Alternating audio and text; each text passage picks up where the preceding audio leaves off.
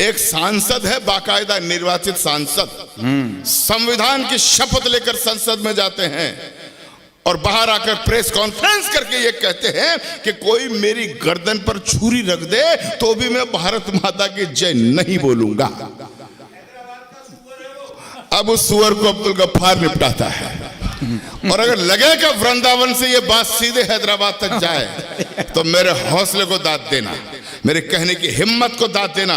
मुझे लोगों ने वहां उसके कॉलेज में आमंत्रित किया, उसके कॉलेज के सामने एक कवि सम्मेलन हुआ, मैं गया क्योंकि मैं राणा प्रताप की सरजमीन से आया हूं। मुझे लोगों ने कहा कि हिम्मत है तो वहां बोल के दिखाओ। ये सबरस मुरसानी गवाह इस बात का। वहां भी मैंने जो पंक्तियां पढ़ी, पूरी जनता ने मेरा सैल्यूट किया, समर्थन दिया। आज मैं वृंदावन से उन पंक्तियों का पढ़ना चाहता हूं और वृंदावन के कृष्ण भक्तों की तरफ से ललकारना चाहता हूं जो भारत माता के जयकारा बोलने में भी इनकार करता है। मैं कहना चाहता हूं कि तूने कहा सुना हमने, अब मन टटोल कर सुन ले तू, और सुन सुनो गद्दार ओवैसी, कान खोल कर सुन ले तू। जितना आक्रोश हो चौथी पंक्ति में लौटाना भाई। थोड़ा माइक और अच्छा हो सकता है क्या?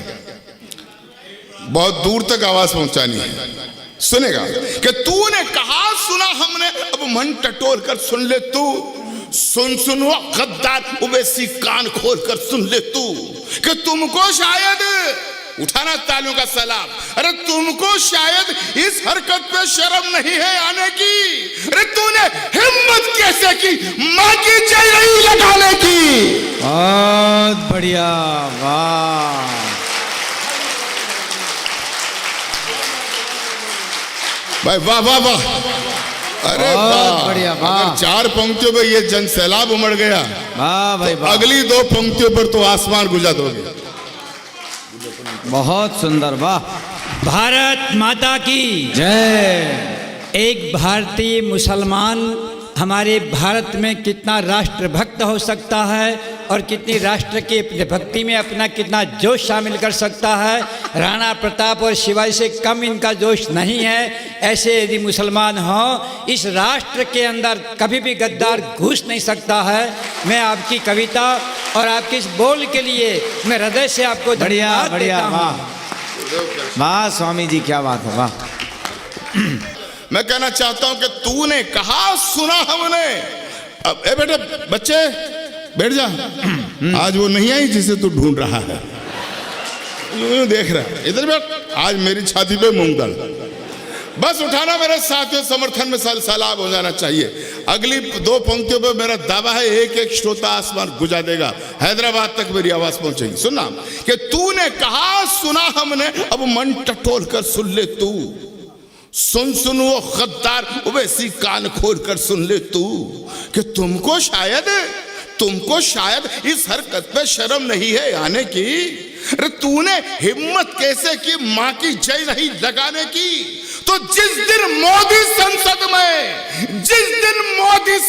में शिव शंकर बनकर डोलेंगे, तू के तेरे अब्बा जी भी वंदे मातरम बोलेंगे। वाह वाह वाह वाह वाह वाह वाह।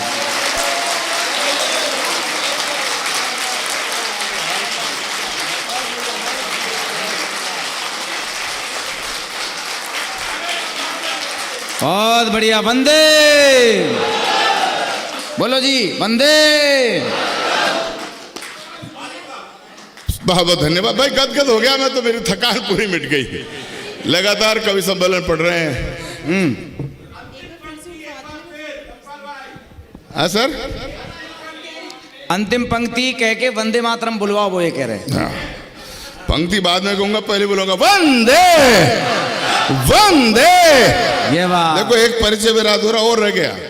कहीं आप अब्दुल गफ्फार नाम सुनकर, ये तेरी वेशभूषा देखकर, कई लोग ये शायद ये समझ रहे होंगे कि आगे मियाँ जी अंडे बेचने वाले। ऐसा नहीं है। 31 दिसंबर 2008 को मैंने एक जैन मुनि की सनिधि में संकल्प लिया। तरुण सागर जी महाराज, ये जैन पुत्र बैठा हुआ, ये जानता है, गवाह है।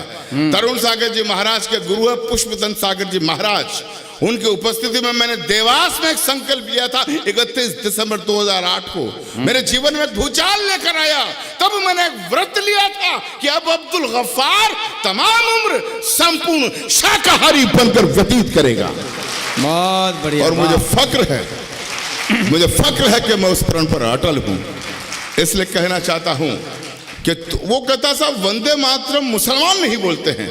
मैं पढ़ा लिखा मुस्लिम हूं, गवर्नमेंट एडवोकेट रहा हूं राजस्थान हाई कोर्ट में 12 बरस तक, पब्लिक प्रोसिक्यूटर।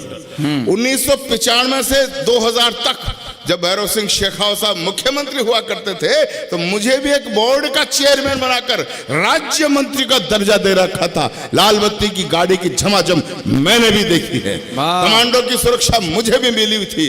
तब मैं कहता हूं कि तूने कहा सुना हमने, अब मन टटोल कर सुन ले तू, सुन वो गद्दार ओवैसी कान खोल कर सुन ले तू, कि तुमको शायद इस हरकत पे शर्म नहीं है आने की। तूने हिम्मत कैसे कि मां की जय नहीं लगाने की।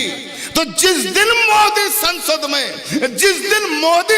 में दोबारा बोल रहा हूं, तालियां इससे दुगनी होनी चाहिए, जिस दिन मोदी संसद में शिव शंकर बनकर डोलेंगे तो क्या तेरे अब्बा जी भी वंदे मातरम बोलेंगे। बहुत बढ़िया, वाह।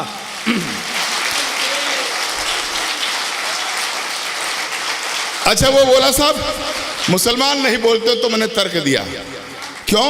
क्योंकि इसी गीत को गाकर कुर्मा अपना यार हमीद हुआ और इसी गीत को गाकर अशफाकुल्ला अमर शहीद हुआ। बहुत बढ़िया, वाह। ठीक है गुरुदेव, गौरी जो काम दिया है वो करो।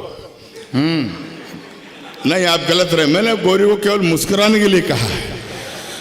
इसी गीत को गाकर कुर्बा अपना यार हमीद हुआ, इसी गीत को गाकर अशफाकुल्ला अमर शहीद हुआ, इसी गीत की बंदिश खान अजीमुल्लाह ने तोड़ी थी, ब्रिगेडियर उस्मान अली के तन में बिजली दौड़ी थी।